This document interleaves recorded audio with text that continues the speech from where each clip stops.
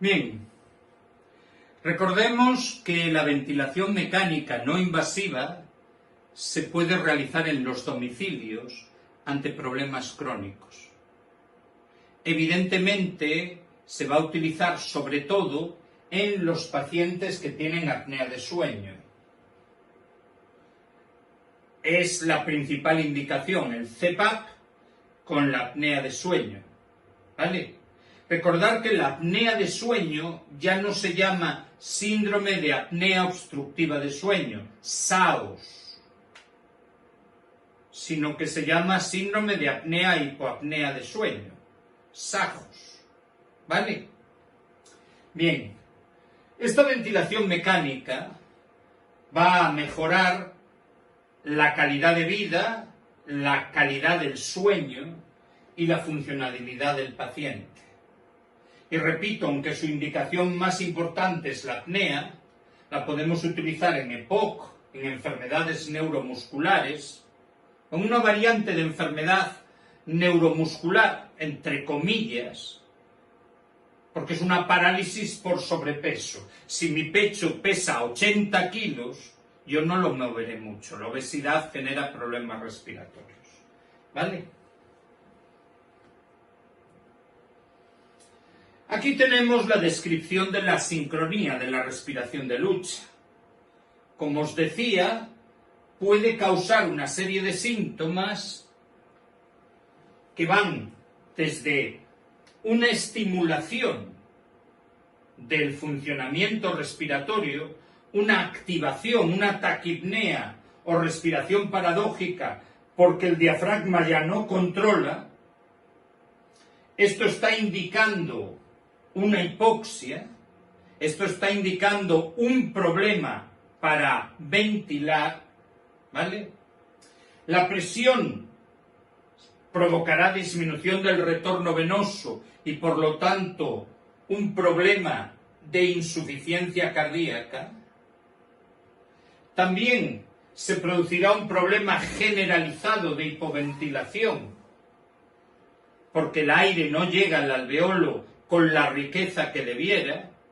Se va a producir una hipoxemia, se va a producir una hipercapnia, va a disminuir la saturación de oxígeno, se va a producir una acidosis. Y luego, fijaros, el cuerpo reacciona activando al simpático. Con lo cual, no había oxígeno. Lo hemos reducido más con la respiración de lucha y la activación del simpático va a exigir todavía más oxigenación. Así que es un problema severo que puede llevar a darnos un sustazo que se traduce en un empeoramiento del cuadro general, en más complicaciones y la prolongación de esa ventilación mecánica y del destete. ¿Comprendido? ¿A qué se debe esta respiración de lucha? Pues en la mayoría de los casos a que hemos programado mal el ventilador.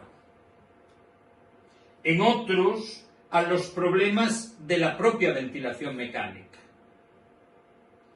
Y después, a una serie de cambios posturales, a una serie de respuestas personales del paciente por ansiedad o por dolor. Porque claro, cuando algo duele, hiperventilamos, o al aumento de necesidades por la fiebre.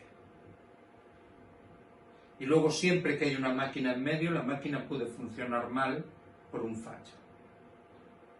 Fundamental que entendáis esta clínica. Ante la dificultad para ventilar se activa el aparato respiratorio y muestra una respiración de lucha. Como no se normaliza, automáticamente se activa el simpático y empieza a producirse una activación cardíaca con necesidades de más oxígeno. Todo esto se traduce en una hipoxia grave y potencialmente una disminución del retorno venoso. ¿Comprendido? ¿Cómo lo vamos a solucionar? Pues ya os digo, sincronizando con el ambú o sedando. Podemos sedar de forma suave con midazolam, con propofol, con lorazepam. ¿Vale? Y si esto no normaliza, entonces tendremos que utilizar los curares, bloqueantes neuromusculares. Los medicamentos que te dejan paralizado, pero no en coma. Tú estás sensorialmente consciente. Los que acaban en curonio. ¿Vale? Y por último, cuando la causa es dolor, utilizaremos la mezcla de opioides. ¿Está claro? Esto lo tendremos que conocer. ¿Comprendido? ¿Sí? El paciente sedado debe ser controlado, porque una sedación excesiva acaba desencadenando un coma. Y, aunque no es exclusivo de la ventilación mecánica, sí es el más habitual. Vamos a utilizar muchas escalas. Quizás la más famosa es la escala de Ramsay. Todo lo de las escalas os genera ansiedad a vosotras. Pues aquí tenéis que daros cuenta que el nivel de actividad mental, el nivel de excitabilidad, va de abajo a arriba. Por lo tanto, la mayor excitabilidad está en la puntuación 1. Paciente histérico, paciente agitado, paciente ansioso, paciente montacristos, Ramsay 1. Paciente normal, pregunta de examen, Ramsay 2. Coopera, obedece, está orientado y está tranquilo. Pero está consciente. Ramsay 3, se ha dormido. Está perdiendo la conciencia, pero responde a las órdenes. Oyes, Fernando, despierta. ¿Qué? 3. Y está groggy y solo responde al sonido, a la luz, no responde normal, 4. Ya está precoma, 5. Y ya está comatoso, 6. Por favor, la escala de Ramsay, sobre todo el nivel 2, hay que estudiarlo. Es una escala un poco desequilibrada, porque la normalidad no está en el centro. Deja por encima un solo nivel y todo lo que es disminución de respuesta lo explora hacia abajo. Pero es que no olvidemos que estamos explorando sedación y la sedación es la que va a provocar estas respuestas de abajo. Escala de Ramsay, 2 normal, 6 en coma. ¿Entendido? No hay respuesta evidente. ¿Comprendido? Bien. El paciente en ventilación mecánica tiene que estar monitorizado hasta en el carnet de identidad. Prácticamente no hay nada que quede sin monitorizar.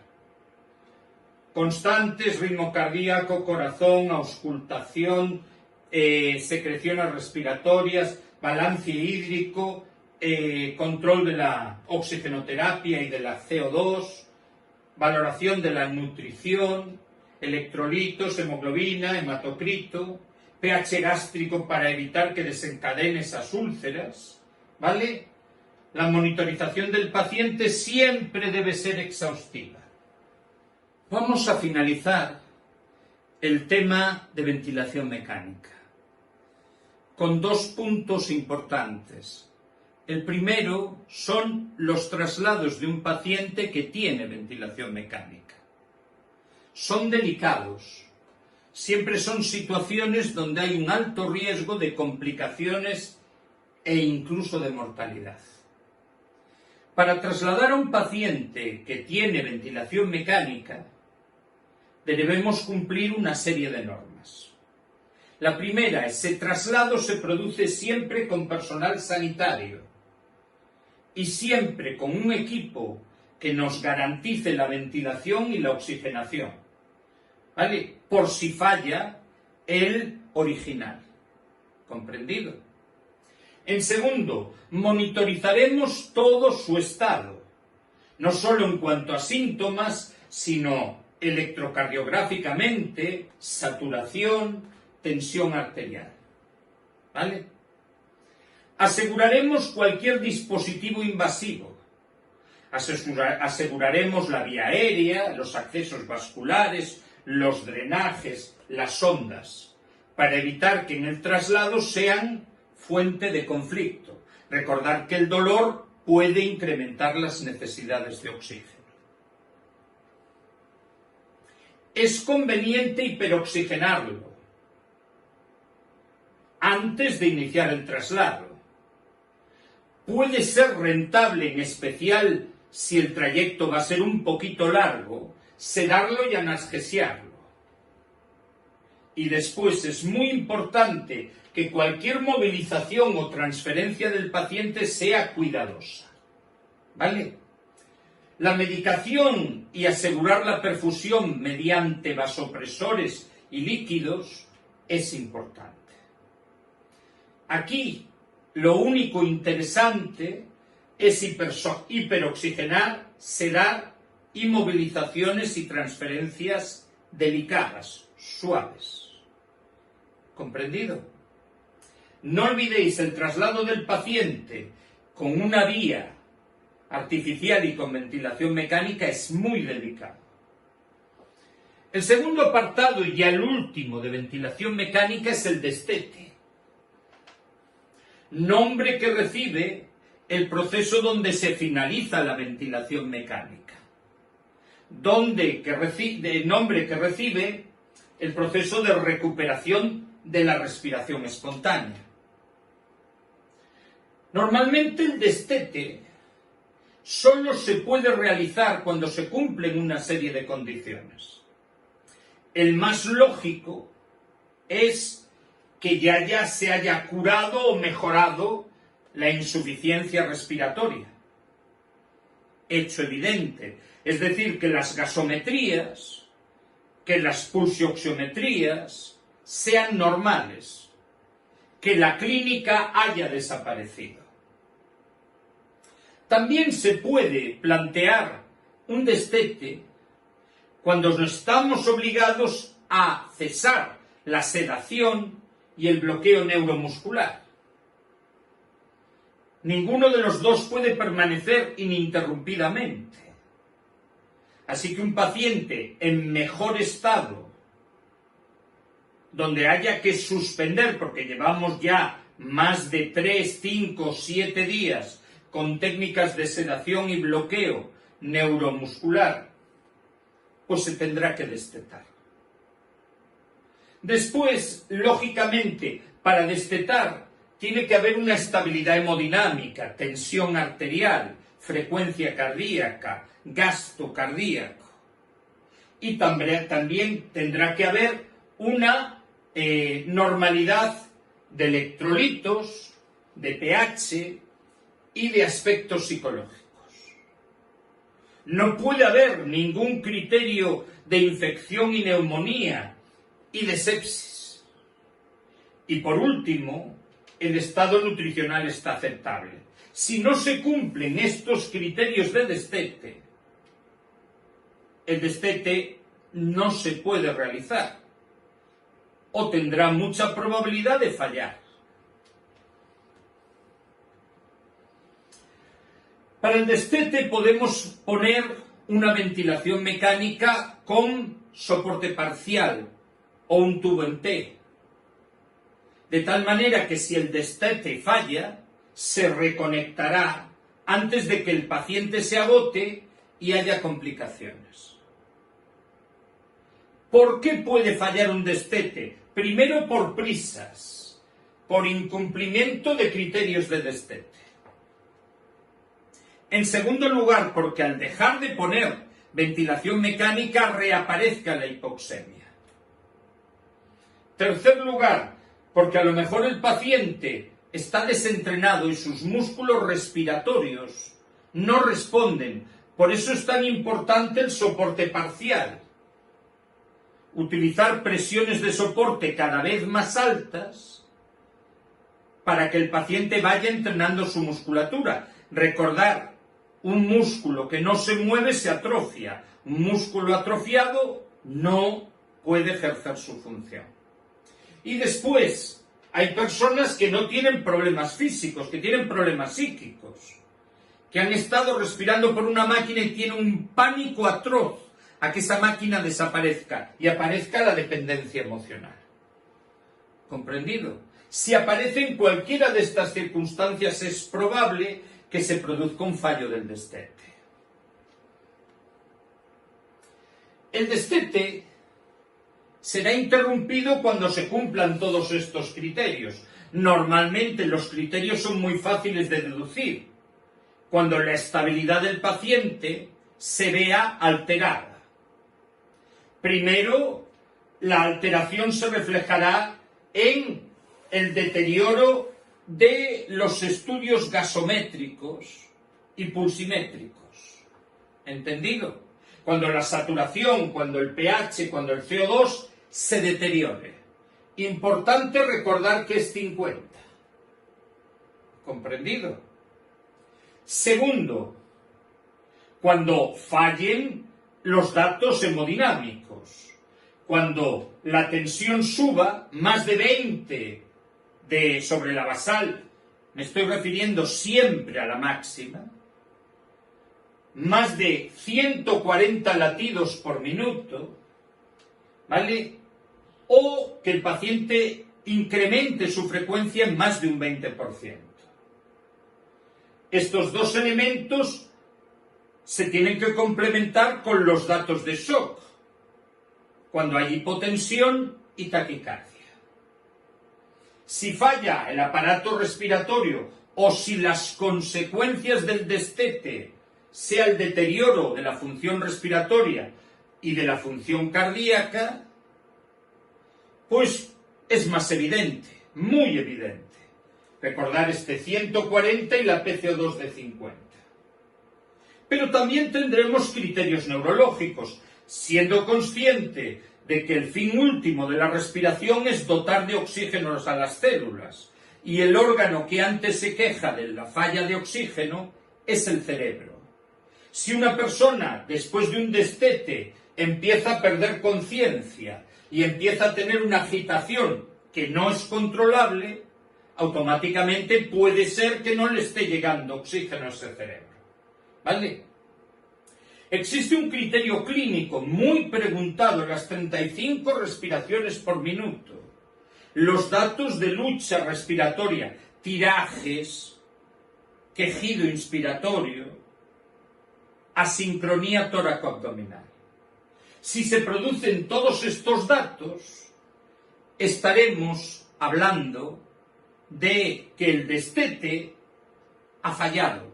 Hay que volver a meter la ventilación mecánica. ¿Comprendido?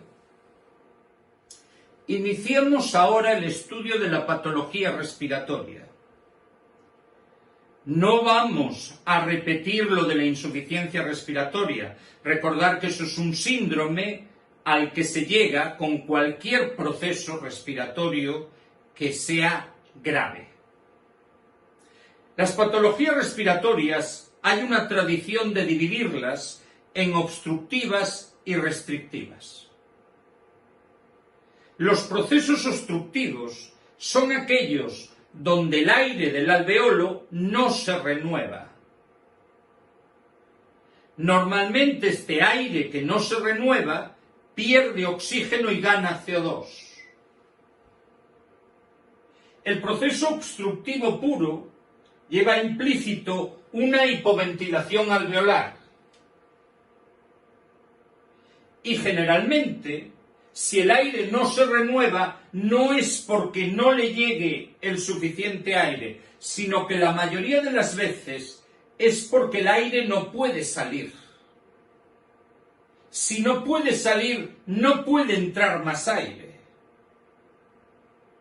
Y por lo tanto, el contenido de oxígeno en el alveolo disminuye, el contenido de CO2 aumenta. Pero en general hay más aire en el pulmón que en el pulmón sano. Ese es el concepto de hiperinsuflación. Por lo tanto, las enfermedades obstructivas se caracterizan, todas ellas, por la combinación de hipoxia e hipercapnia. La hipercapnia indica retención, indica obstrucción.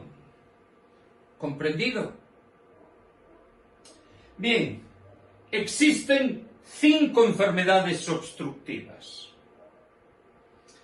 La bronquitis crónica, el enfisema, el asma, la bronquiectasia y la bronquiolitis. He de aclarar, la bronquiectasia, que es la presencia de bronquios dilatados, llenos total o parcialmente de moco, por culpa de procesos que han destruido la arquitectura pulmonar, como algunas neumonías, por culpa de traumatismos o por culpa de algunas enfermedades genéticas, ¿vale? Como pueden ser todas estas donde faltan enzimas que no dejan que el moco pulmonar sea fluido. La bronquiectasia no es siempre obstructiva. Hay cuadros donde se comporta de forma restrictiva, cuando la cantidad de moco es tan grande que llena el alveolo. ¿Comprendido? Normalmente, la enfermedad obstructiva por naturaleza es el EPOC. El EPOC, enfermedad pulmonar obstructiva crónica, es una enfermedad cuya definición ha ido cambiando con el tiempo. La definición actual hoy maneja conceptos funcionales. Primero, es una enfermedad tratable y prevenible, con lo cual rompe el mito de que no se podía hacer nada en el EPOC. He de aclarar, tratable y prevenible, pero cuando está instaurada, lo de curable es una utopía. ¿Entendido? Segunda característica, tiene síntomas respiratorios persistentes. No es como el asma, no es como la bronquiolitis, aunque la bronquiolitis sea un paso del EPOC, donde la clínica puede aparecer y desaparecer en función de circunstancias. El tercer elemento es que hay una limitación del flujo aéreo por alteraciones alveolares o de las vías aéreas. Ya os explicaré ahora dentro de un poquito qué quiere decir eso. Y el cuarto, que la causa del EPOC sea la exposición a gases y partículas nocivas presentes en el tabaco, la contaminación profesional o atmosférica. Y, ¿por qué no?, el humo. Puede haber personas que no hayan fumado en su vida, pero hayan estado toda la vida metidas al lado de una lareira que tiene humo y desarrollarán EPOC. ¿Comprendido? Esta es la definición de EPOC actual. Enfermedad tratable y prevenible, síntomas persistentes, limitación del flujo aéreo por alteración alveolar o de vías aéreas, exposición a gases, partículas, tabaco, humo y contaminación profesional y atmosférica. ¿Comprendido? La EPOC es la enfermedad pulmonar más frecuente. ¿Vale? Esperemos que con el tiempo disminuya y esperemos que no sea La segunda, porque el asma aumente espectacularmente de incidencia. Generalmente en el EPOC entran dos cuadros principales: la bronquitis crónica y el enfisema. Hay que aclarar, entra también una variante de bronquiolitis. ¿Vale? En primer lugar, la bronquitis crónica tiene una definición que es pregunta hiperbraga, que hay que dominar hasta dormidos.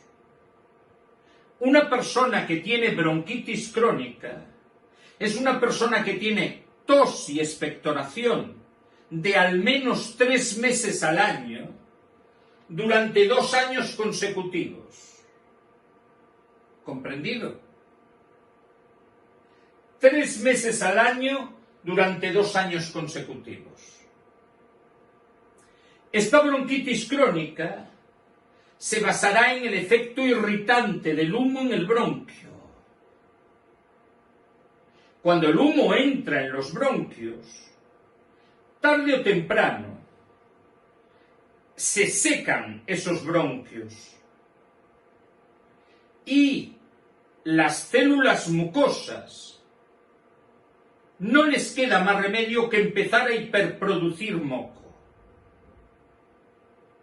Ese moco se acumulará en los bordes de los bronquios y no se moverá bien, originando un tubo que está parcialmente ocupado por moco. Además, la presencia del humo acabará provocando una metaplasia en el epitelio, donde se queratiniza. Ese epitelio se cubre con queratina, con lo cual los cilios dejan de moverse y el moco deja de ser eliminado. Esto provocará la expectoración, solo a expensas de tos. Cuando el moco se acumula en tal calibre que irrita a las paredes bronquiales, solo habrá una manera de sacarlo: tosiendo. ¿Comprendido? Este bronquio dilatado, pero con un tramo libre de moco muy pequeño, cuando el aire entre no genera problemas, irá por el tramo libre.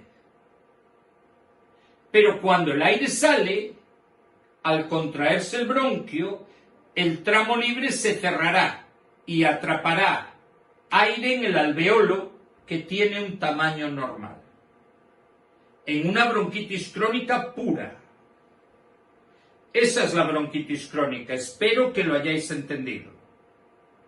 Bronquitis crónica, tos y expectoración de al menos 3 meses durante 2 años consecutivos.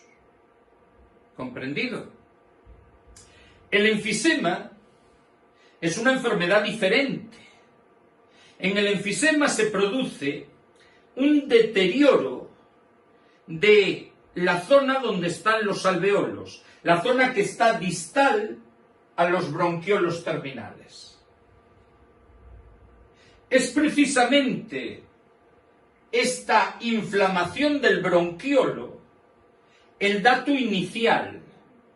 Por eso os decía antes que la bronquiolitis, una de las variantes de bronquiolitis, estaría dentro del EPOC. ¿Comprendido?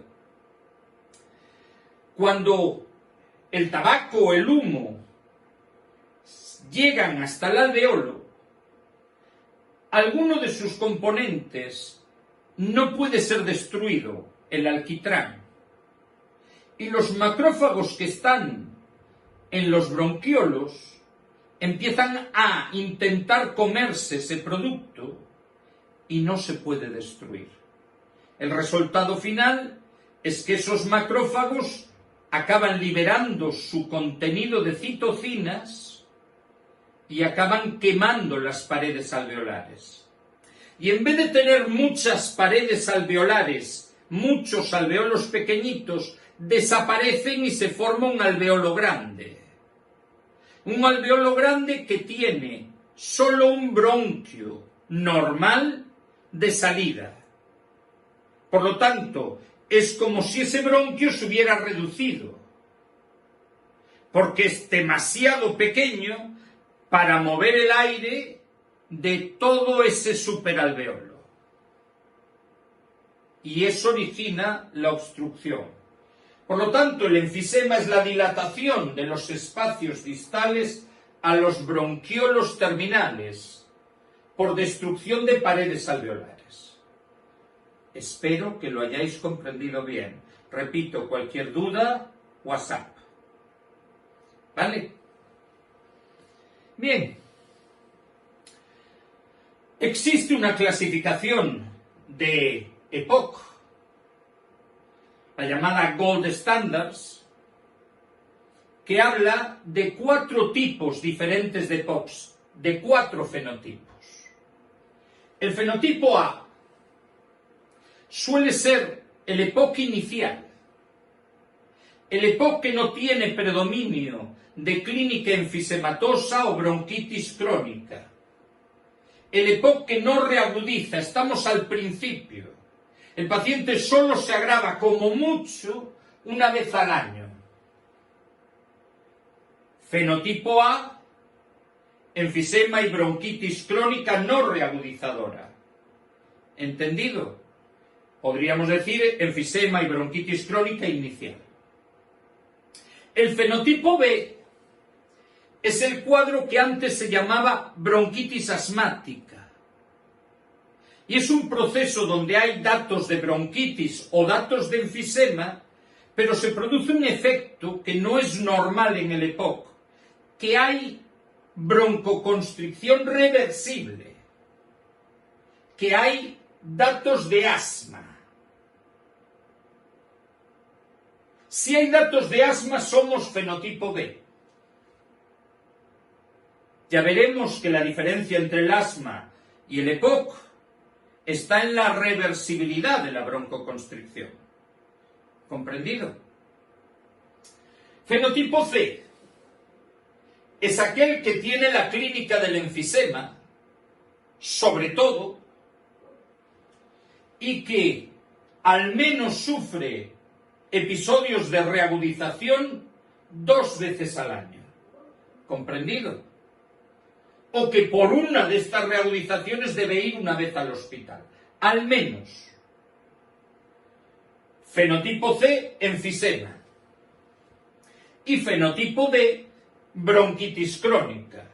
Con las mismas características de al menos 2 reagudizaciones al año o una hospitalización. Por lo tanto, los cuadros clínicos del EPOC son fenotipo A, enfisema o bronquitis crónica no reagudizable, fenotipo B, enfisema y bronquitis crónica con broncoconstricción reversible, fenotipo C, enfisema con reagudización más o menos frecuente, fenotipo D, bronquitis crónica con reagudización frecuente. ¿Comprendido? La clínica del EPOC oscila entre sus 2 extremos, la bronquitis crónica y el enfisema. Normalmente, el bronquítico crónico tiene un cuadro clínico totalmente dominado por sus síntomas cardinales, que son la tos y la expectoración productiva.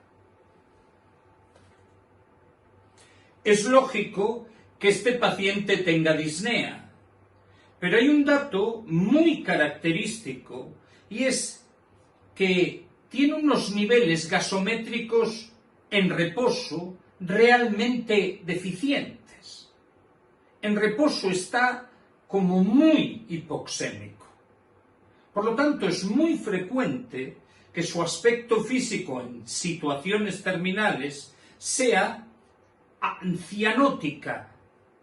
Y esto dio origen al término blue bladder, abotargado azul.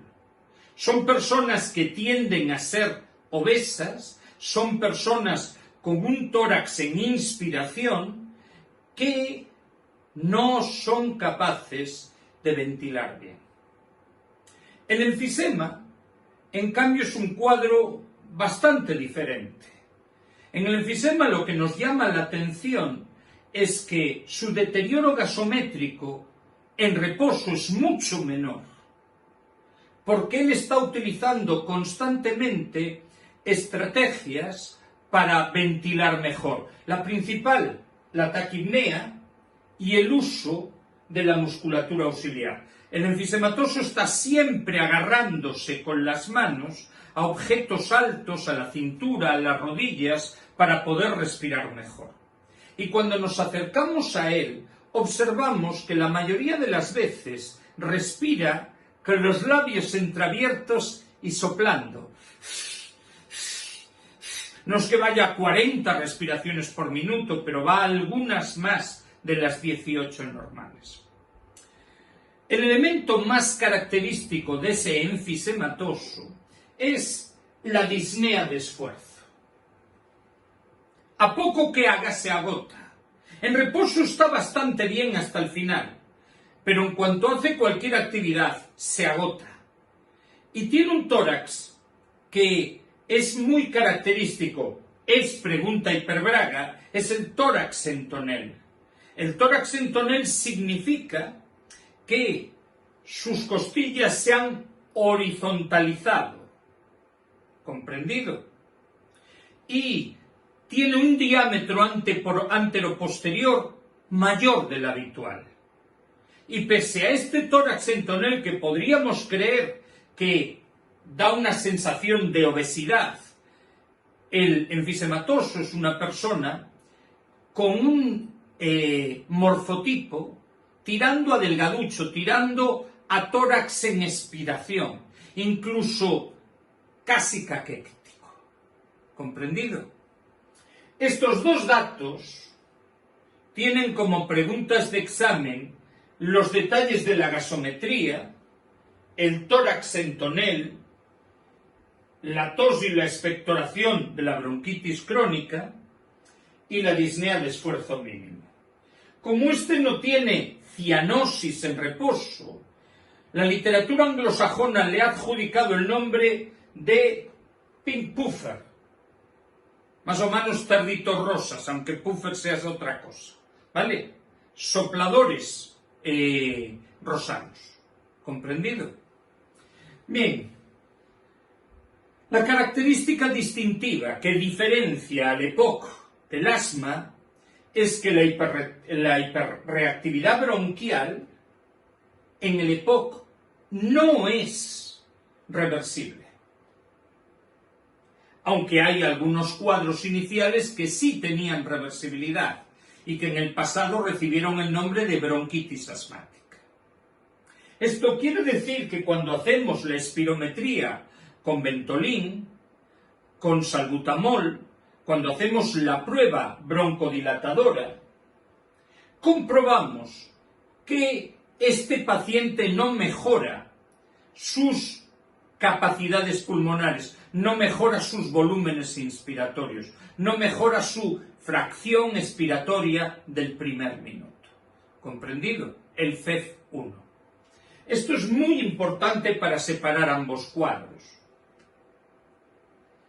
De hecho, si estudiamos la espirometría del EPOC, de todos los EPOCs, no hay diferencia en espirometría, observaremos que el dato más precoz, el que se empieza a producir al año, año y medio de estar sometido al humo del tabaco, a los distintos agentes etiológicos, es la disminución de la fracción medio inspiratoria.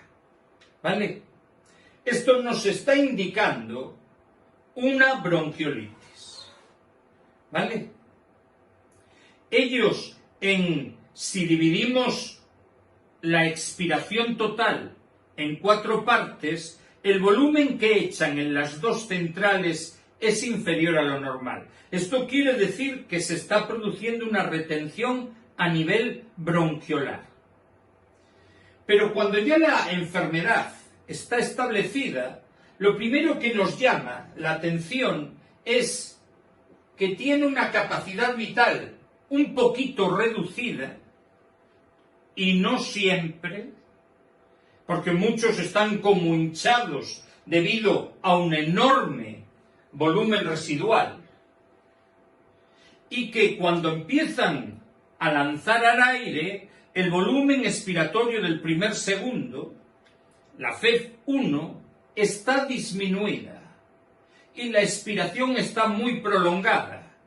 Ellos echan más tiempo aire con menores volúmenes. ¿Comprendido? Esto nos lleva a que el cociente FEV, capacidad vital, esté disminuido, esté por debajo del 70%. Ese cociente o índice de Tifenot nos dirá, si está por debajo del 70%, estamos hablando de obstrucción.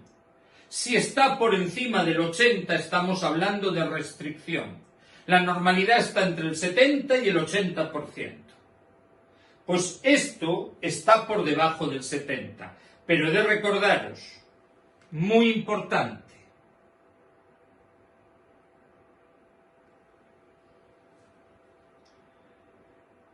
la evolución clínica no tiene siempre los mismos datos de este volumen de expiración del primer segundo.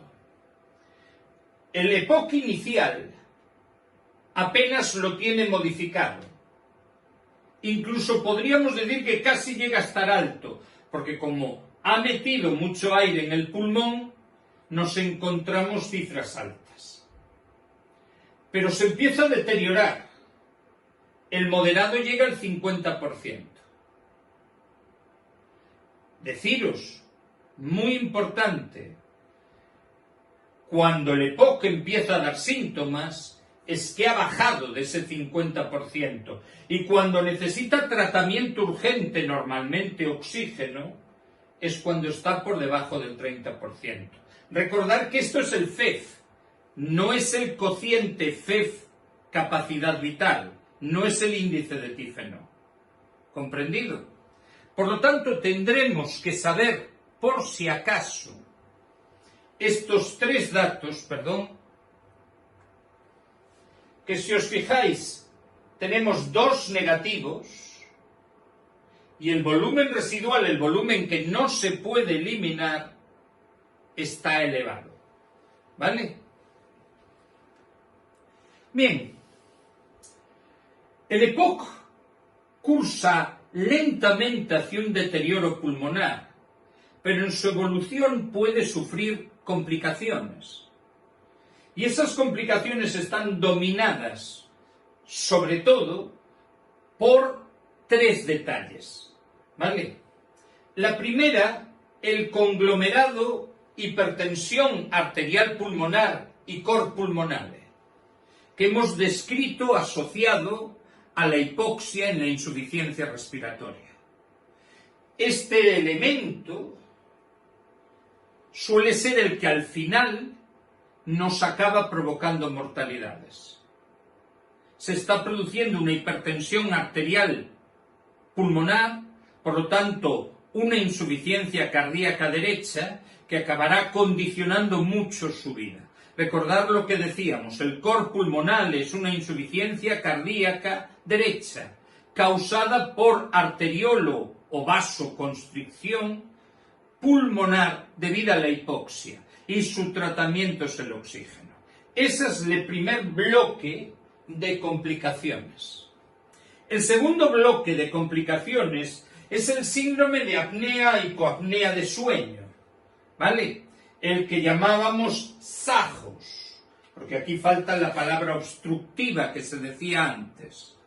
Ya no es el síndrome de apnea de sueño, a secas, ¿vale? Este síndrome de apnea de sueño es tan preguntado que no estudiarlo es suicida. ¿Comprendido? A ver, ¿dónde está? Aquí lo tenemos. Este es un síndrome que engloba todas aquellas situaciones durante la noche en las que el individuo no ventila bien. No ventila bien porque la vía aérea se obstruyó de forma total, se colapsó, o no ventila bien porque el centro respiratorio no ordena respirar. Así que no tenemos solo obstrucciones de la vía aérea por colapso, sino que tenemos situaciones de hipoventilación, pero donde aún se mueve el aire. Las preguntas de examen nos dicen que estamos ante un cuadro dominado por apneas, en el que durante la noche se pueden tener un número bastante alto de apneas, de ceses de la respiración, de duración superior a 10 segundos. Pero esa apnea tiene una característica distintiva, y es que produce desaturación, produce una caída brutal del nivel de saturación de oxígeno, que alcanza, sin dudarlo, el 70% en muchas ocasiones. Esto provoca una serie de síntomas, y el primero de los síntomas es el de la presencia de episodios asfícticos, despertares, pesadillas y ronquidos. Una amalgama de síntomas nocturnos que nos están indicando la pérdida de la ventilación. Poco preguntado, la verdad.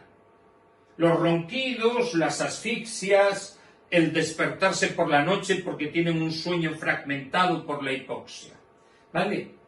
Los más importantes son los diurnos.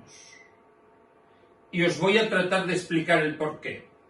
Como yo no ventilo bien durante el sueño, llega un momento en que al no llegar suficiente oxígeno al cerebro, el cerebro activa al simpático y ese simpático le pega una petardada a la respiración para conseguir la hiperventilación. Este simpático activo es el responsable de que ese cerebro no descanse por la noche y de que el corazón esté trabajando durante todo el día, noche y día. Así que reaccionamos con dos síntomas claves. El primero, la hipersomnia. Secundaria, la mala calidad de sueño. Y por lo tanto una tendencia a quedarnos dormidos en situaciones aburridas. No la confundamos con la situación donde yo me agarro una barandilla y me quedo dormida, la narcolepsia. No. Esto es, hago algo aburrido y me duermo. Y lo más aburrido del mundo es el trabajo monótono, la conducir hacia casa, todos acabamos medio atontados y hay que conducir mucho tiempo. La hipersomnia es pregunta hiperbraga ligada a la apnea, hipoapnea de sueño. No solo penséis en apneas y desaturaciones. ¿Comprendido? Y el segundo dato es la hipertensión. La hipertensión arterial, por esta actividad simpática nocturna. El resultado es que la combinación de la hipersomnia con situaciones de riesgo dispara el problema de accidente y por culpa de la hipertensión se dispara el problema de infarto. ¿Comprendido? Este síndrome de apnea o hipoapnea de sueño tiene un tratamiento muy sencillo, que es garantizar la ventilación mientras duerme, y para eso utilizamos un CPAP, y mano de santo, cura a San Pedro. ¿Entendido? Por favor, recordar que el síndrome de apnea, hipoapnea de sueño, tiene 4 características esenciales: apnea y desaturación nocturna, y diurna, hipersomnia e hipertensión. Y luego el tratamiento del CPAP. ¿Comprendido? Esa sería la segunda complicación. Pero la tercera está en las infecciones respiratorias. Esto nos lleva al concepto de reagudización. Como bien os he dicho, el EPOC es un cuadro de deterioro progresivo de la función pulmonar que hace que la clínica se mueva lentamente hacia el deterioro. Pero de vez en cuando aparecen circunstancias donde la clínica cambia bruscamente y genera una reagudización. La reagudización es una situación puntual de agravamiento del estado respiratorio del paciente y que obliga a tomar alguna medida terapéutica diferente a las habituales. La mayoría no son graves. La mayoría inicialmente son más pañuelo o algún desatascador nasal, ¿vale? Pero conforme van evolucionando y el deterioro pulmonar es más grave, te llevarán al hospital porque necesitarás oxígeno y muy probablemente terapéutica antibacteriana, antibióticos. ¿Comprendido? Porque normalmente las causas de estas reagudizaciones son las infecciones, las exposiciones a contaminación,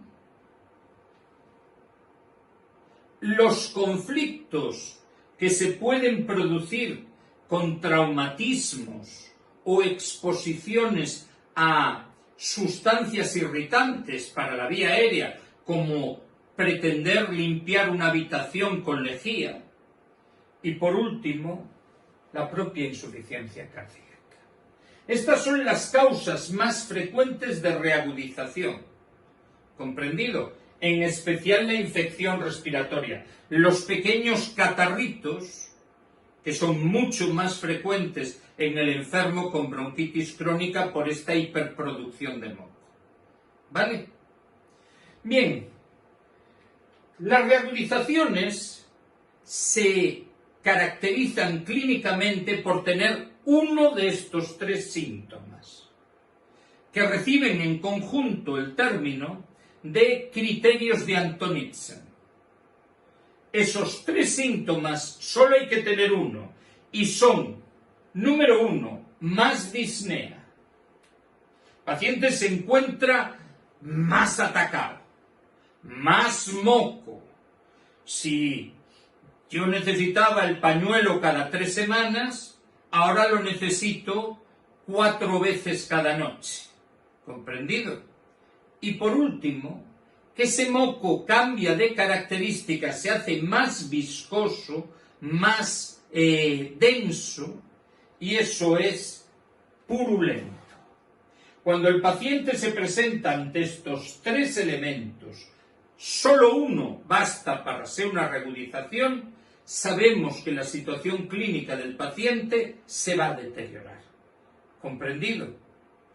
Por lo tanto, tenemos que tener claro que el paciente POC no se puede exponer con alegría a personas infectadas pulmonarmente hablando, no se puede exponer con alegría a irritantes respiratorios o a situaciones donde pueda ver agravada su situación por la aparición de una reagudización. ¿Comprendido? Bien, y repito, el diagnóstico del EPOC normalmente es sencillo. Estamos hablando de una persona joven, mayor, perdón. Cuidadito, no confundir, hay personas jóvenes con un cuadro parecido al EPOC, por la fibrosis quística de páncreas o por las deficiencias de antitripsinas, son enfisemas y últimamente se clasifican en el EPOC, pero están como un poquito apartados, ¿vale? Pero la mayoría son personas que ya tienen edad y que llevan fumando desde hace mucho tiempo cantidades importantes, más de 10 paquetes por año, que ya explicaremos en el tema de tabaco qué significa. Después le metemos 2 escalas de disnea y un índice de supervivencia, que quiero solo que sepáis los nombres. La disnea MRC, que es el Colegio de Médicos inglés, la escala CAT de calidad de vida y el índice BODE de supervivencia, que nos indican el estado funcional de la disnea del paciente, de los síntomas respiratorios. Y luego, el estándar de oro es la espirometría, que indica un patrón obstructivo. Es decir, una capacidad vital un poquito disminuida, al principio es normal, incluso aumentado, un FEV muy disminuido y un volumen residual francamente elevado. ¿Comprendido?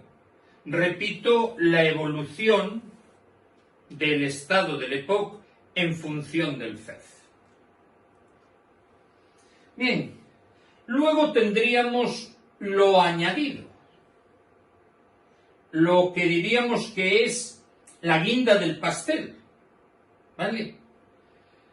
Para diferenciar el EPOC del asma, prueba broncodilatadora. El paciente que tiene EPOC no mejora, el paciente que tiene asma sí mejora. Para estudiar la apnea de sueño, los estudios de sueño. Para comprobar su estado de funcionalidad, su capacidad de hacer actividad física, la prueba de los 6 minutos, que consiste en pedirle que se mueva como él quiera durante 6 minutos y marcar la distancia. Habitualmente se hacen pasillos y comprobamos el número de pasillos que recorre, ¿vale? También comprobamos la frecuencia cardíaca, su saturación y su grado de disnea. Esa es la prueba de los 6 minutos, una especie de prueba de esfuerzo light para enfermos respiratorios, ¿vale? Y luego siempre conviene explorar el corazón para ver la evolución posible, potencial, del cor pulmonar, ¿vale? Desde arterioloconstricción debida a la hipoxia. Estos son los datos de diagnóstico del EPOC. El tratamiento del EPOC es complejo, tiene muchísimas medidas, pero hay algo que todo el mundo está de acuerdo. La mejor medida para intentar reducir la evolución, la rapidez de la evolución a estadios terminales, es el abandono del tabaco. Es la mejor medida terapéutica para un paciente EPOC. No le vamos a dar más calidad de vida, pero vamos a evitar una progresión mucho más rápida y agresiva. ¿Comprendido? Después, tenemos que reconocer que el paciente EPOC debe hacer actividad física. Debe tener una actividad aeróbica al límite de la disnea. Debe andar hasta que le entre disnea. Y conviene, de una manera muy clara, potenciar la musculación de la musculatura auxiliar del tórax. ¿Comprendido? Está claro. Para que de esa manera él, a través de una potenciación de los pectorales, tenga más capacidad de ventilar. Luego debemos luchar contra las infecciones. Por lo tanto, vacunación. He incluido el coronavirus porque probablemente tarde o temprano caerá. Oficialmente no está en el protocolo. En el protocolo está la antigripal y la antineumocócica. Pero en cuanto el coronavirus pase un poquito, será un elemento que habrá que repetir todos los años. Exactamente igual que la antigripal. ¿Vale?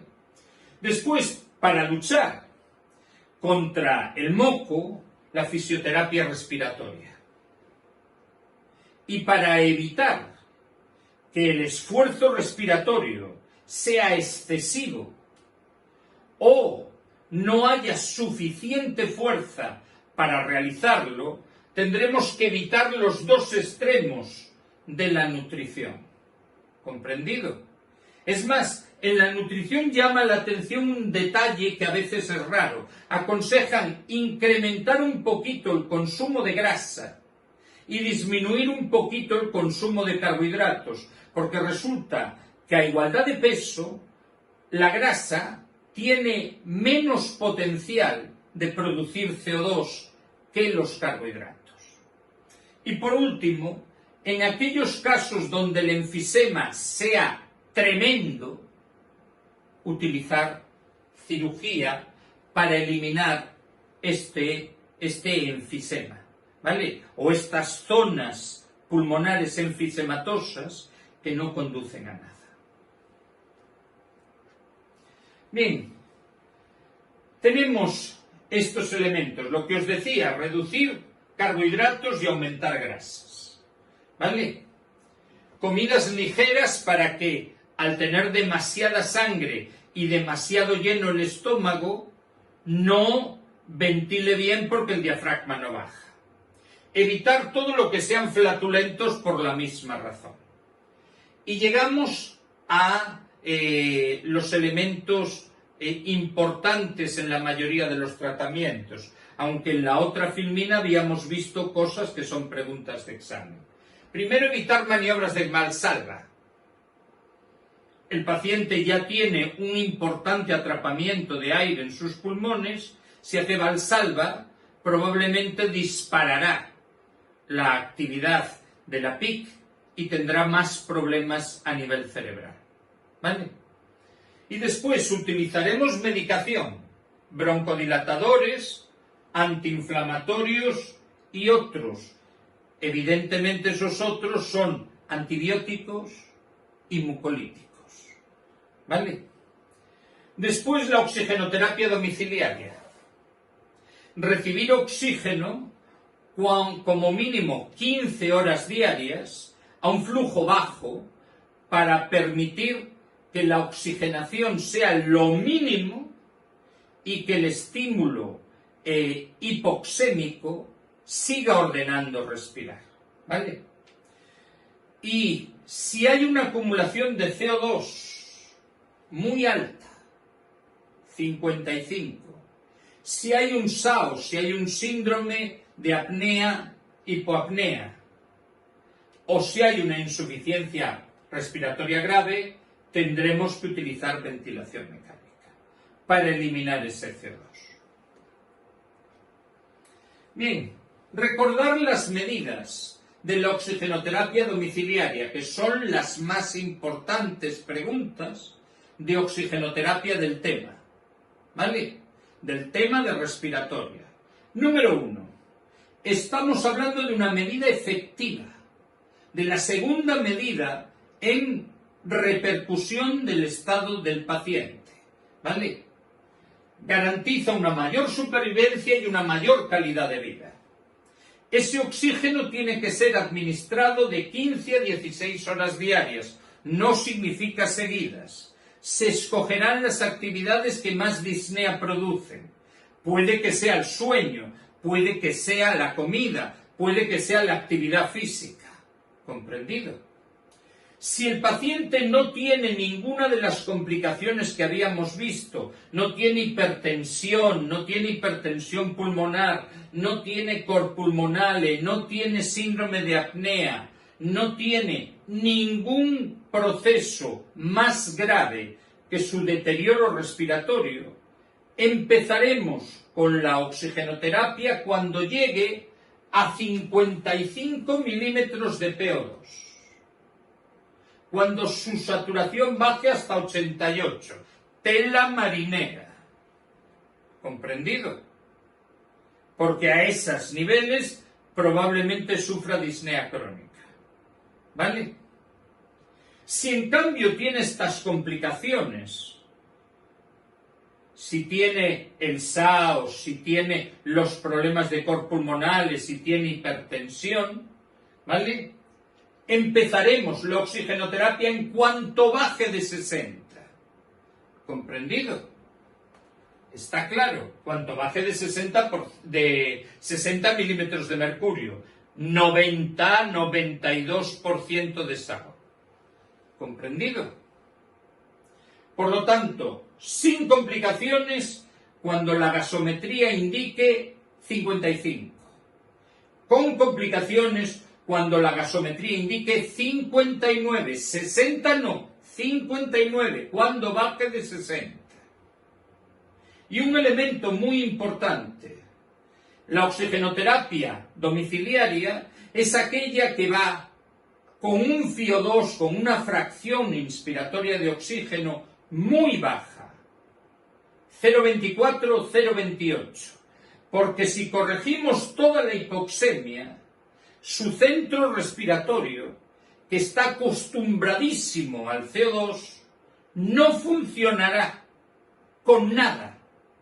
Y por lo tanto la persona dejará de respirar, tendrá 3, 4, 5 respiraciones por minuto, retendrá más CO2 y la liaremos.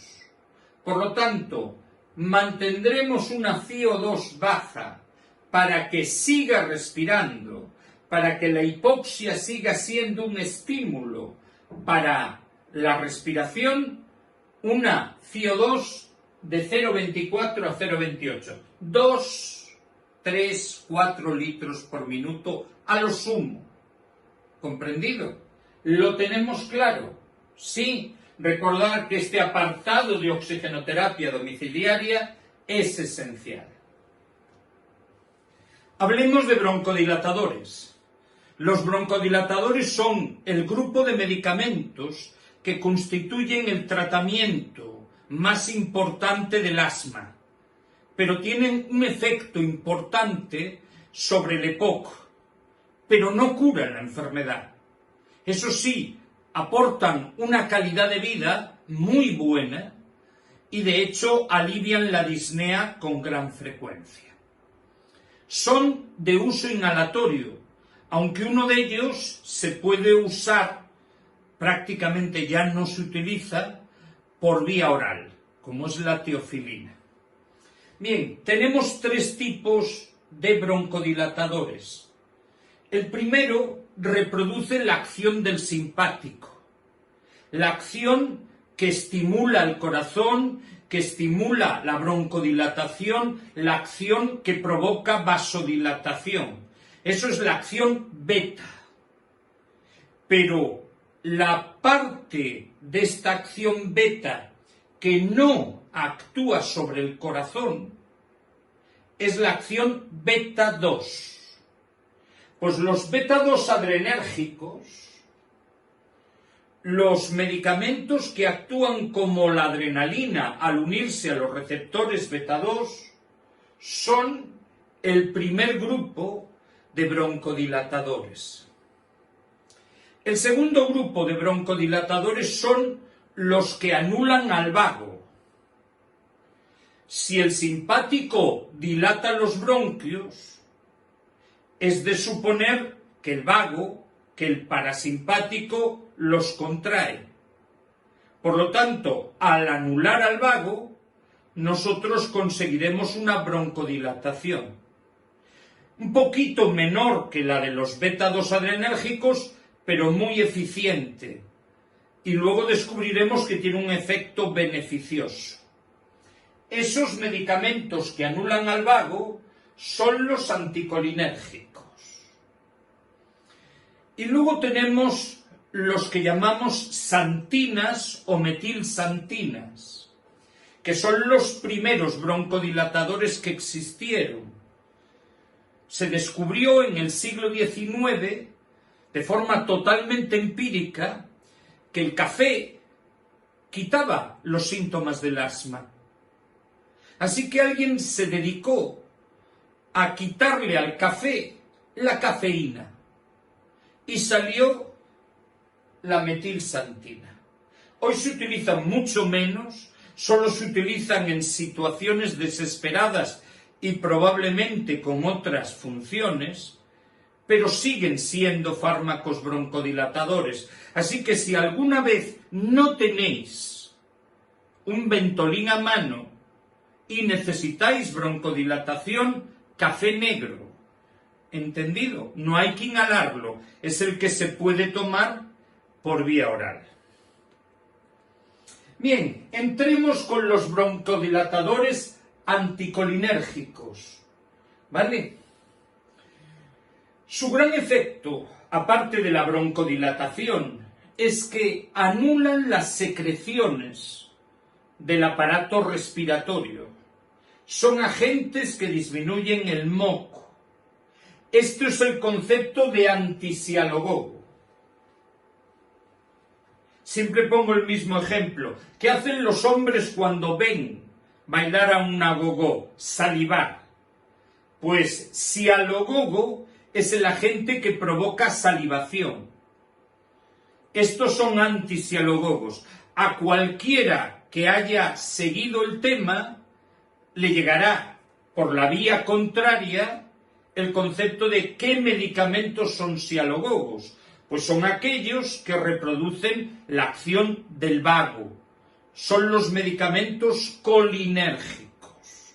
¿Comprendido? Los anticolinérgicos, cuya expresión máxima es la atropina, son antisialogogos y broncodilatadores. Claro, no vamos a utilizar atropina, utilizamos a los primos debiluchos. Los primos debiluchos son los que reciben nombres como ipratropio, tiotropio, oxicotropio. Casi todos acaban en tropio, aunque los últimos cambian glicopirronio y aclidinio. ¿Vale? Joder. ¿Vale? Para la mayoría de la gente, terbasmin. ¿Vale? Se ha acuñado una denominación con siglas. El efecto anticolinérgico es el efecto de muscarínico, ¿vale? Así que cuando hablamos de anticolinérgico, podemos decir agonistas muscarínicos, MA, ¿vale? Y luego tenemos short action, acción corta. Los SAMA son los anticolinérgicos de acción corta. Al administrarlos, su duración no sobrepasa las 8 horas. ¿Comprendido? Son rápidos, ya veis que hacen acción en 5 a 10 minutos, 5, 15, pero su duración no es de más de 8 horas. El más famoso SAMA es el ipratropio, que durante muchos años fue el único de este grupo. Luego se descubrieron los que tienen acción larga, en inglés long action, los LAMA, ¿vale? Long action muscarinic agonist, LAMA, ¿comprendido? Bien, estos son capaces de estar casi un día, la gran mayoría, y alguno 2. Por lo tanto, son ideales en el control de casos crónicos, de casos intensos, y son los anticolinérgicos de larga duración. ¿Vale? El más famoso es el tiotropio.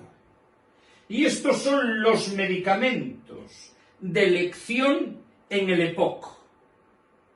¿Por qué? Porque una parte muy importante del EPOC son las bronquitis crónicas. Y las bronquitis crónicas, ¿cuál era su clínica? Moco, moco, moco y moco. Y para acabar con el moco, te doy un antisialogogo. ¿Comprendido?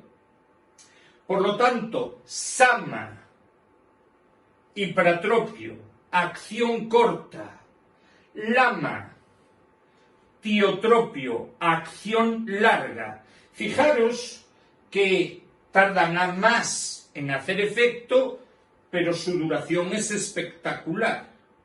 ¿Comprendido? Bien, ¿cuáles son sus efectos secundarios? Pues aquellos que describimos siempre como efectos de la atropina. Son el glaucoma, la sequedad de ojos, xeroftalmia, la sequedad de boca, xeroxtomía. Parte de la xeroxtomía se explica por el efecto antisialogogo, y contracción de la próstata, prostatismo. Así que aquí las personas mayores de sexo masculino con problemas importantes de próstata no les daremos el tiotropio. ¿Habéis pillado lo de SAMA y LAMA? Short Action Muscarinic. SAMA. Long Action Muscarinic. LAMA. ¿Comprendido? ¿Sí? Bien, recordar que estos medicamentos, los LAMA, son los mejores broncodilatadores para el EPOC. ¿Por qué? No solo por la acción antisialogoga, sino porque la mayoría de los enfermos EPOC son mayores. Y cuando uno se hace mayor, la actividad del simpático está disparada. Por lo tanto, dar un medicamento que active más al simpático no funciona bien. Así que en las personas mayores, los anticolinérgicos son más efectivos que los más famosos broncodilatadores, que son los beta-2 adrenérgicos, que son claramente la indicación en personas jóvenes. Pero un joven con EPOC, raro. Hay alguno que tiene esta deficiencia de alfa-1 antitripsina, que tiene fibrosis quística, pero en general no son muchos. Los medicamentos broncodilatadores beta-2 adrenérgicos son aquellos que producen los efectos beta-2 del simpático, de la adrenalina, que son básicamente broncodilatación, vasodilatación y, curiosamente, uterolisis, paralizar las contracciones uterinas. ¿Vale? Aquí aparecen los broncodilatadores que todo el mundo sabe de memoria, el famosísimo Ventolin, el salbutamol. Volvemos a encontrarnos con las iniciales, y así los de acción beta-adrenérgica, acción beta-adrenérgica de duración corta, los SABA, están representados por todos los que se parecen al salbutamol. Para no liaros, porque esta es una clasificación un poquito rollosa, todos los medicamentos que acaben en mol o en ol, en talina, suelen ser broncodilatadores, ¿vale? Pero los de acción corta tienen BES.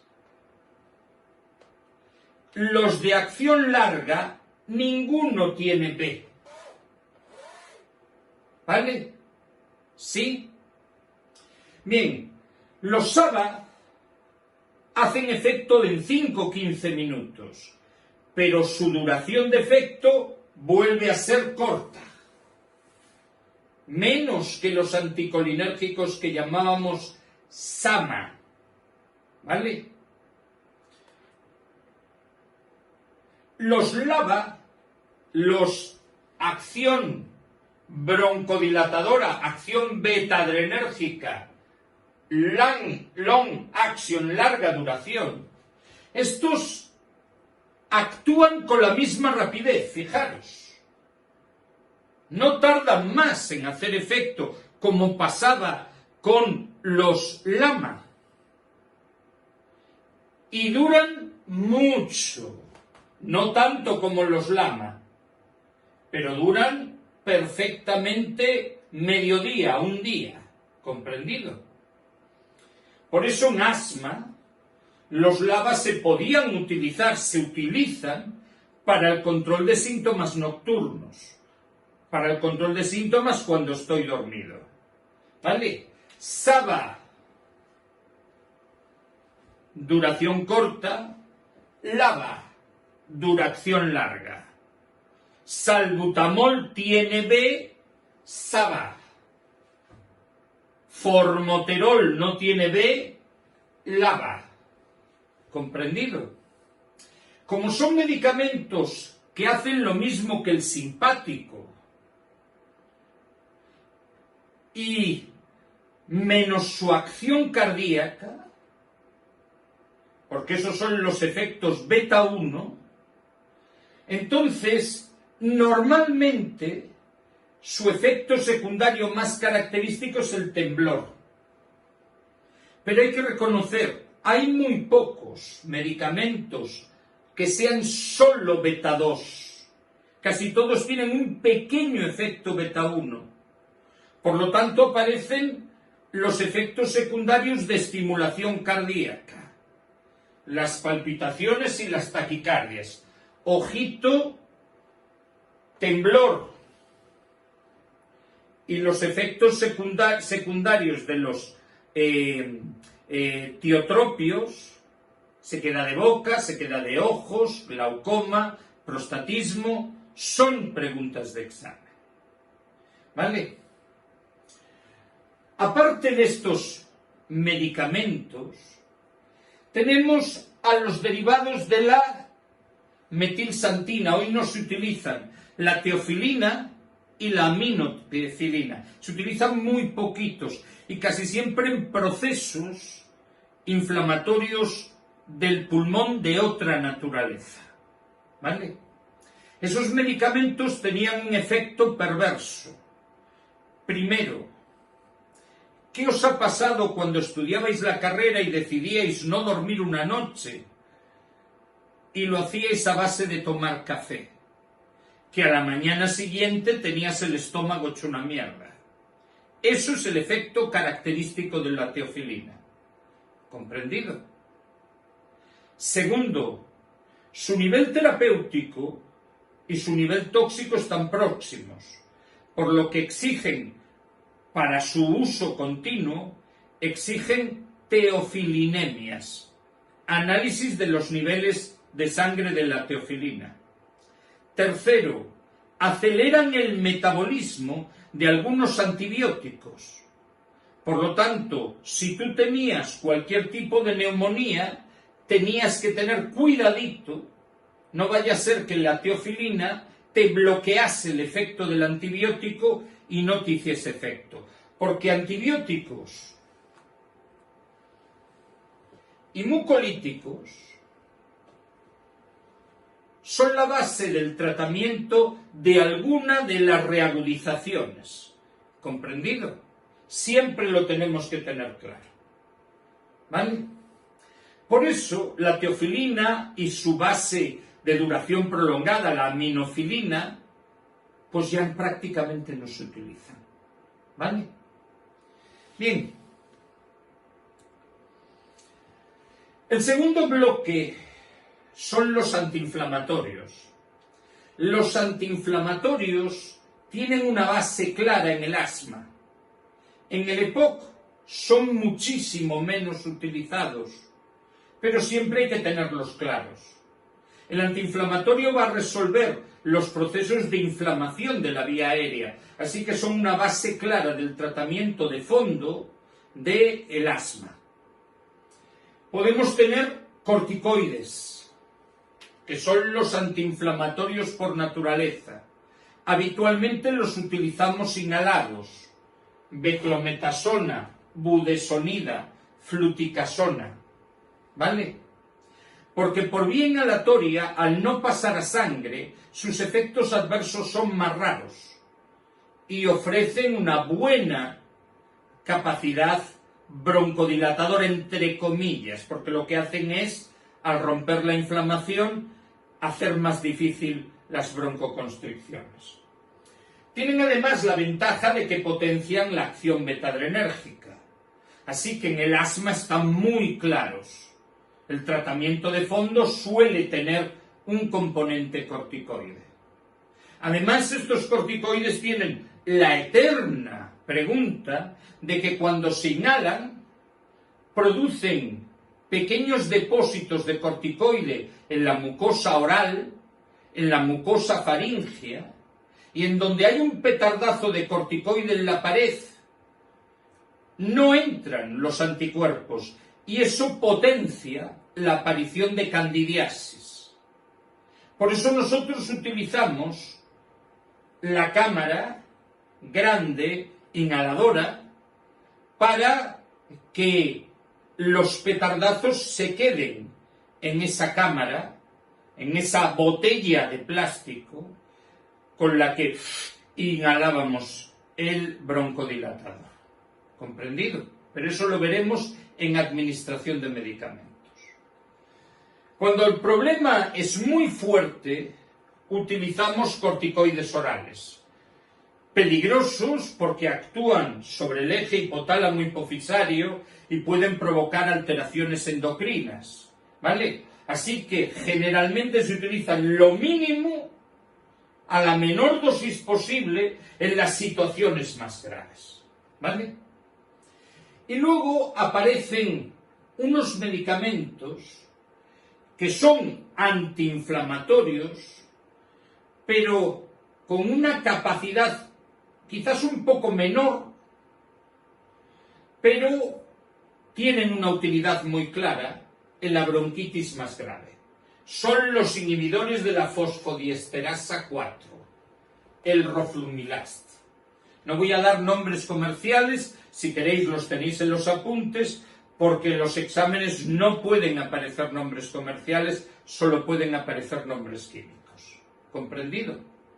Recordar, en la mayoría de los casos, los efectos de los corticoides, candidiasis y osteoporosis. ¿Vale? Cuando utilizamos los corticoides por vía oral, la prednisona, la prednisolona, el deflacor, corremos el riesgo de producir una inhibición del eje hipotálamo hipofisario. ¿Vale? En el EPOC, las personas que estaban al principio del cuadro clínico, que tenían una clínica un poco ambigua, pero que no reagudizaban, van a utilizar LAMA y LABA, los de larga duración. ¿Vale? El fenotipo B, aquel que tenía un componente asmático, va a utilizar los LABA. Los beta-2 adrenérgicos son los más potentes broncodilatadores con corticoides inhalados. Y si esto no controla LABA más corticoides, el cuadro inflamatorio, el cuadro asmatiforme del EPOC, debemos añadir los LAMA, por supuesto, quitando los LABA. ¿Vale? ¿Está claro? Bien, los fenotipos C y D. Fenotipo C era el que se asociaba con el enfisema. El fenotipo D, el que se asociaba con la bronquitis crónica, creo, no me espero no haberme confundido, dejarme ver la chuleta.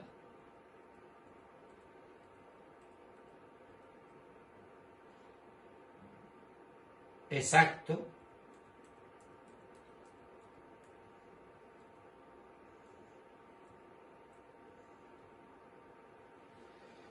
Vamos a utilizar LABA y LAMA y si hace falta corticoides, ¿vale?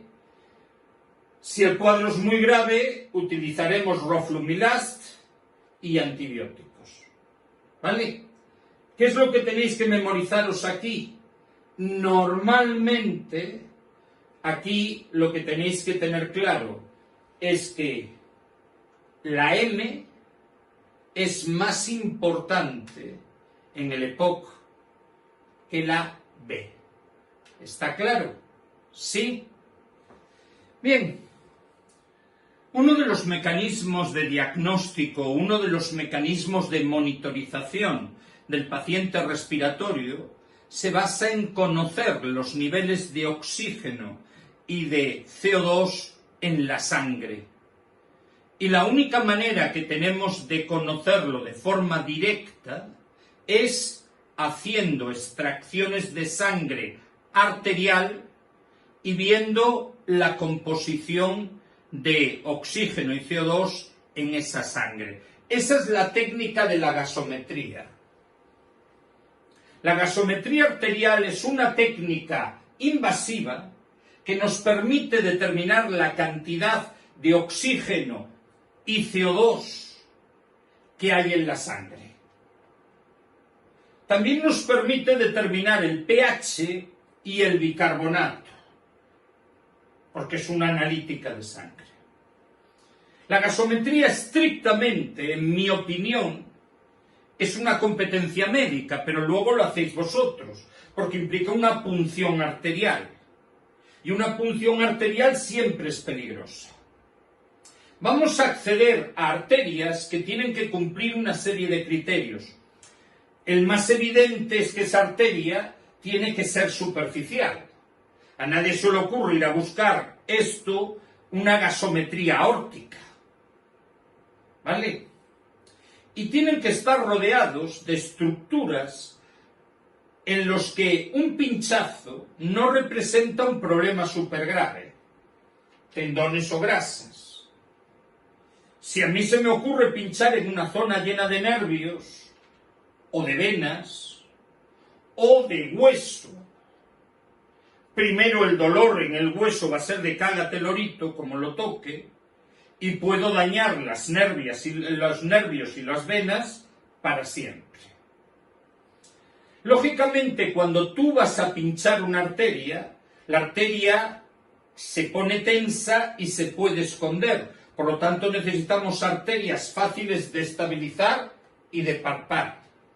Y en el caso de que se produzcan complicaciones, tenemos que garantizar que esa arteria tiene una red colateral que ayuda a llevar sangre al extremo distal. Es decir, tiene que existir una circulación que supla las oclusiones de esa arteria. ¿Vale? Las arterias más utilizadas para gasometría son la arteria radial con mucho, la humeral y la femoral.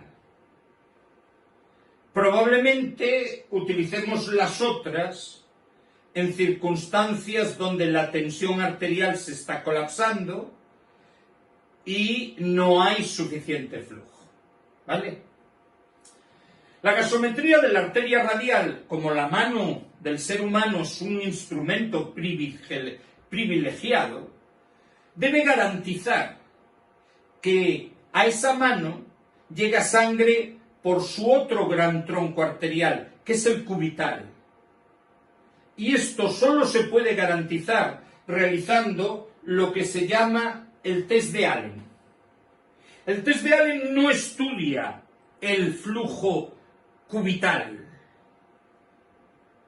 también estudia el flujo radial. El test de Allen estudia el flujo de las dos arterias. ¿Comprendido? Pero si el test de Allen es positivo, significa que a la mano llega sangre por las dos arterias. Y al ocluir una, no va a pasar nada demasiado serio, porque la otra suplirá a la ocluida. Ahora, si el test de Allen es negativo, implica que no está llegando sangre por la arteria colateral. El test de Allen valora el estado y la permeabilidad de las dos arterias. No olvidemos, tengo que quitar este guioncito. ¿Vale? Y para eso, lo primero que hacemos es comprimir las dos arterias en la muñeca. Y luego abrir y cerrar la mano para que se consuma todo el oxígeno que tienen la sangre que está en estos momentos huérfana de llegada de sangre arterial. ¿Comprendido? Esto originará una blancura. La mano blanquea por falta de flujo. Y automáticamente, cuando está blanca, liberamos cualquiera de los dos lados, el radial o el cubital, cubital, cubito, dedito, radial, pulgarcito. ¿Entendido? Liberamos esa arteria y comprobamos cuánto tiempo tarda en ponerse otra vez rosada la mano. Si tarda menos de 10 segundos, tú tienes un halo positivo. Por lo tanto, la arteria que has liberado lleva sangre. Aquí nos interesa que la variante cubital lleve sangre, para que si se obstruye la radial, no nos quedemos sin mano. Que hombre, la necesitamos para muchas cosas, sobre todo para contar los billetes de 500. ¿Vale? En realidad eso necesitamos solo un dedo porque solo vamos a encontrar uno, a lo mejor en nuestra vida. Eso es el test de Allen. La gasometría radial está contraindicada, lógicamente, como la mayor parte de las instrumentaciones, en la extremidad donde hay una fístula arteriovenosa. ¿Vale? Y como os he dicho, si el Allen es negativo, mejor aléjate de esa radial porque puedes dejar sin sangre a la mano. También cuando hay problemas de coagulación. Y toda punción arterial puede provocar una serie de efectos donde destacan los hematomas, las hemorragias y los espasmos arteriales. Pero de vez en cuando tenemos casos donde ¡ay, qué miedo! ¡Ay, qué grima! ¡Flash! Síncope que te parió. Pérdida de conciencia por un cese brusco de sangre en la cabeza, motivado a una respuesta exagerada de tipo vasovagal. ¿Vale? Los síncopes vasovagales. ¿Vale? Recordar que para estudiar el estado basal de un individuo no debería tener oxígeno. Así que para ver el estado vagal suspendemos la oxigenoterapia y vemos dentro de 20 minutos cómo está. En la mayoría de los casos, después de llevar 20 minutos de oxígeno, vemos si ese oxígeno está llegando a la radial. ¿Comprendido? Está, porque intentamos conocer si la oxigenoterapia está cumpliendo su función. Así que, normalmente, vamos a tener en cuenta estos pequeños detalles. Son preguntas de examen los ángulos. La arteria radial 45, ¿vale? Luego descubrimos que en la femoral 90 y en la humeral 60, ¿vale? Radial 45, humeral 60, femoral 90, ¿vale? Son preguntas de examen el tiempo de compresión. Está un poquito alterándose, porque aquí siempre se han dicho 5 minutos. Pero nos advierten, los anticoagulados 10. Y como la mayoría de las personas mayores toman Sintrón, una proporción muy alta, tenerlo en cuenta. 5 minutos la compresión después de la gasometría en la radial. De 7 a 10 en la humeral y 10 o más de 10 si está anticoagulado en la femoral. Esos datos son importantes. Ángulos y tiempos de compresión. Recordar que la gasometría no aspira sangre, sino deja que las pulsaciones llenen de sangre a la jeringa. ¿Vale? Y que al acabar la punción se debe comprimir de manera fuerte para evitar las hemorragias y los hematomas. Además, la muestra de gasometría, si no se puede procesar de forma inmediata en 10 minutos, como mucho, la debemos guardar en hielo para bloquear el metabolismo y que no se consuma oxígeno y que no se produzca más CO2. ¿Comprendido?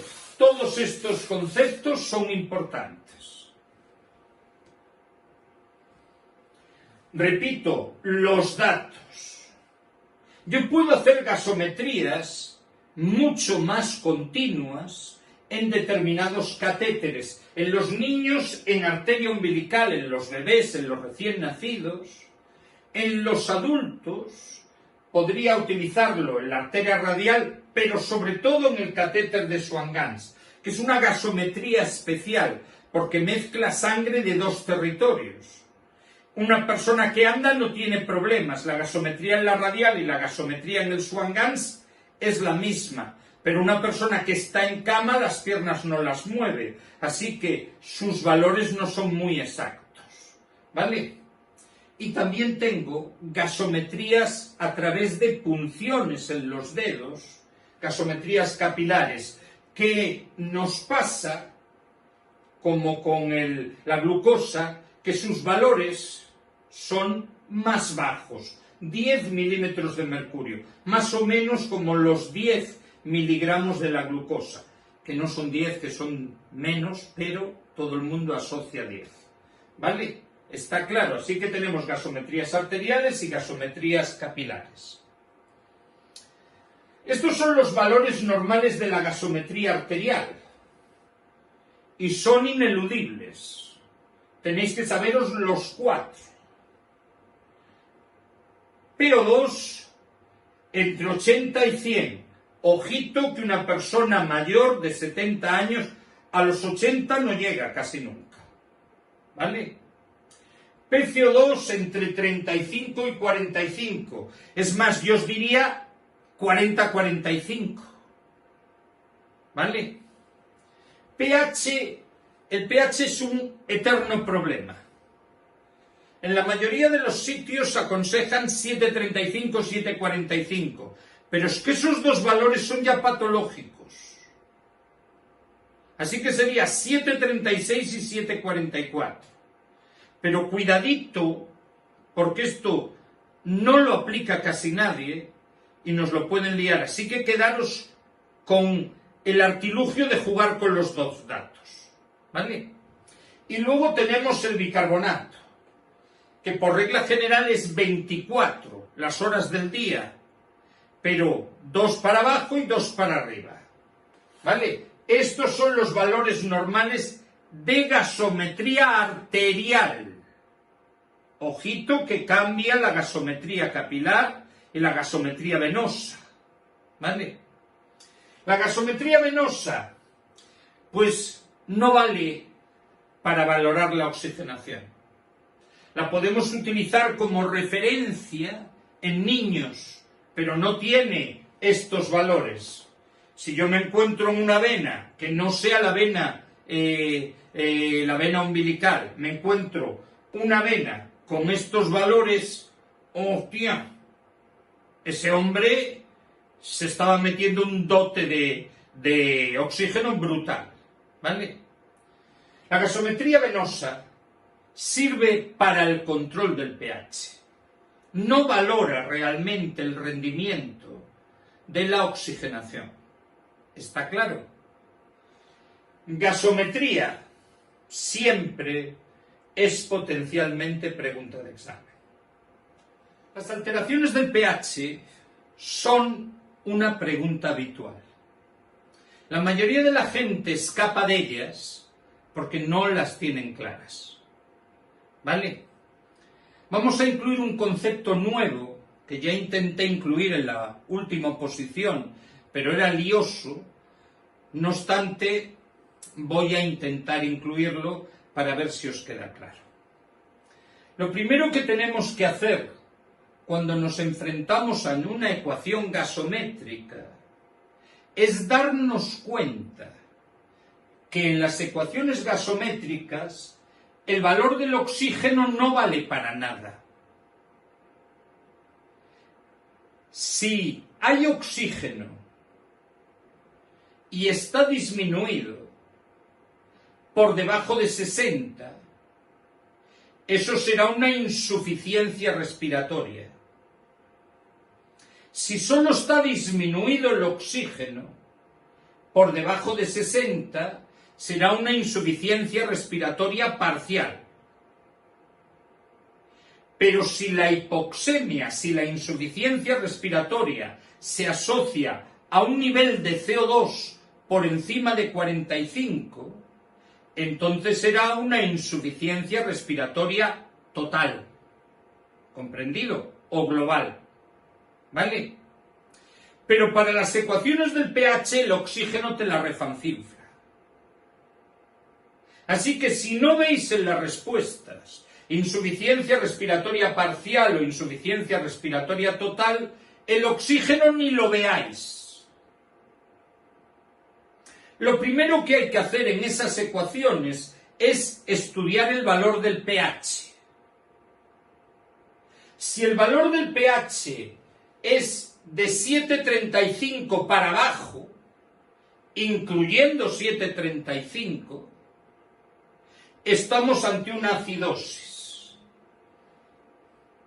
Yo siempre tuve la costumbre de enseñarlo mediante la regla del avioncito.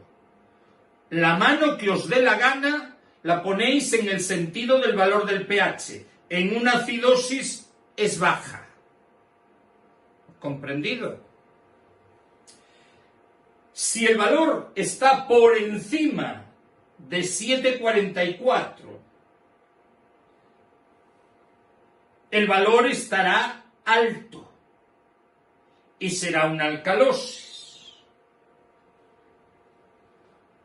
¿Comprendido? Así que, si lo veis por debajo de 7,36 o por encima de 7,44, tenemos una alteración del pH clara. ¿Vale? ¿Sí? Me alegro mucho. Una vez detectado si estamos ante una acidosis o una alcalosis clara, vamos a ver el CO2. El CO2 es normal entre 35 y 45. Yo prefiero decir 40-45, porque es mucho más evidente. ¿Vale? Pero hay gente que te dice de 7,36 que es normal. Yo creo que no. ¿Vale? Por lo tanto, si tenemos una PCO2 que está comprendida entre 40 y 45, eso es normal. ¿Vale? Si está comprendida por encima de 7,45, perdón, de 45, no de 7,45, eso es una hipercapnia. Y si está por debajo de 35 o, en mi opinión, de 40, eso es una hipocapnia. ¿Vale? Pues una vez hayáis detectado el nombre de la alteración del pH, os fijáis en el nivel de CO2. ¿Vale? Cuando la alteración es una acidosis, recordad la mano que manda abajo, si el CO2 está en diagonal, la regla del avioncito, porque así se mueve un avioncito por la habitación, ¿vale? Si el pH está por debajo de 7,36 y el CO2 está por encima de 45, eso es una acidosis respiratoria, que se explica porque se está acumulando CO2 y el CO2 se une al agua y produce ácido carbónico. ¿Vale? Si el CO2 está normal, 40, o bajo, 34, eso es una acidosis metabólica. ¿Comprendido? ¿Sí? Así que, si hay avioncito, respiratorio. Si no hay avioncito, metabólico. ¿Comprendido?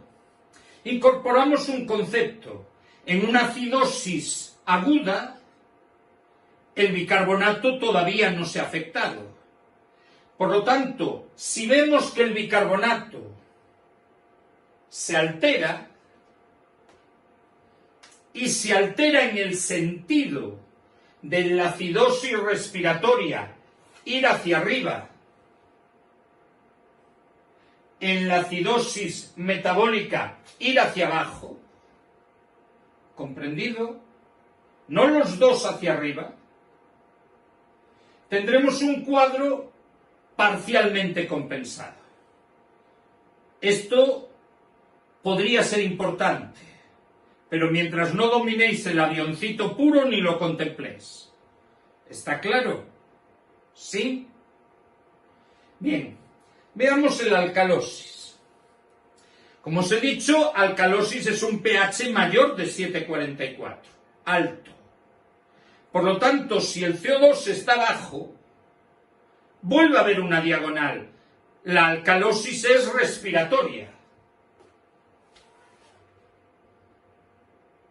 Esto se debe a que la persona hiperventila y disminuye la cantidad de CO2 en el cuerpo. ¿Vale? Aquí hay una diagonal.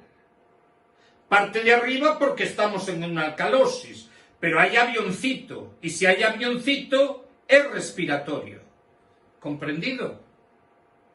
Si la alcalosis tiene un CO2 normal o un CO2 alto, la de aquí gana el Madrid, esto es un robo, ¿vale? Estamos ante una alcalosis metabólica. ¿Me he explicado? Vuelve a pasarnos lo de siempre. En la alcalosis respiratoria, si el bicarbonato está hacia abajo, parcialmente compensado, si el bicarbonato está hacia arriba, alcalosis metabólica, parcialmente compensado. Fijaros que aquí el orden está al revés. En la acidosis respiratoria, el bicarbonato alto compensando. Acidosis metabólica, bicarbonato bajo compensando. Aquí, alcalosis respiratoria, el bicarbonato es bajo. Y en la alcalosis metabólica, el bicarbonato es alto para decir que está compensada. ¿Comprendido? Sí. Espero que lo hayáis entendido. Pero ahora vienen las jodiendas. Resulta que a veces hay algún tarao que le encanta volveros loco y os pone un nivel de pH normal. Y vosotros diréis, tócate el nabo. ¿Cómo disfruta el angelito del tribunal? Pues recordad, seguimos viendo el CO2. ¿Vale? Pero aquí el pH es normal. Así que aquí el CO2 lo apartamos y vamos a ver el bicarbonato. Porque si el pH es normal y el bicarbonato es normal, nos están colando el gol de una sangre normal. ¿Comprendido? Ahora, si el bicarbonato está alterado, por abajo, por arriba, estamos ante un proceso donde se ha producido una compensación total porque el pH está normal. ¿Comprendido? Así que imaginaros que nos encontramos con una alteración del pH con niveles normales de pH, pero niveles alterados de bicarbonato. ¿Comprendido? Pues aquí tenemos que razonar de la siguiente manera. ¿Vale? En los procesos de alcalosis es raro, salvo en los ataques de ansiedad, es raro que la causa principal sea una modificación del CO2. Lo normal es que sea una modificación del bicarbonato renal. Así que fijaros, vamos a analizar el pH. Lo normal era de 7,36 a 7,44. Así que 7,40 está justo en el medio. 36, 37, 38 y 39. 4 valores 7,40 el quinto. 41, 42, 43 y 44, otros 4 valores. Así que tenemos 4 valores por debajo de 7,40 y 4 valores por encima de 7,40. Los 4 valores de debajo orientarían hacia una acidosis. Los 4 valores de arriba orientarían a una alcalosis. ¿Vale? Ahora vemos el CO2. Si está por debajo de 45, digo por encima de 45, orienta a una acidosis. Si está por debajo de 45, orienta a una alcalosis. ¿Está claro?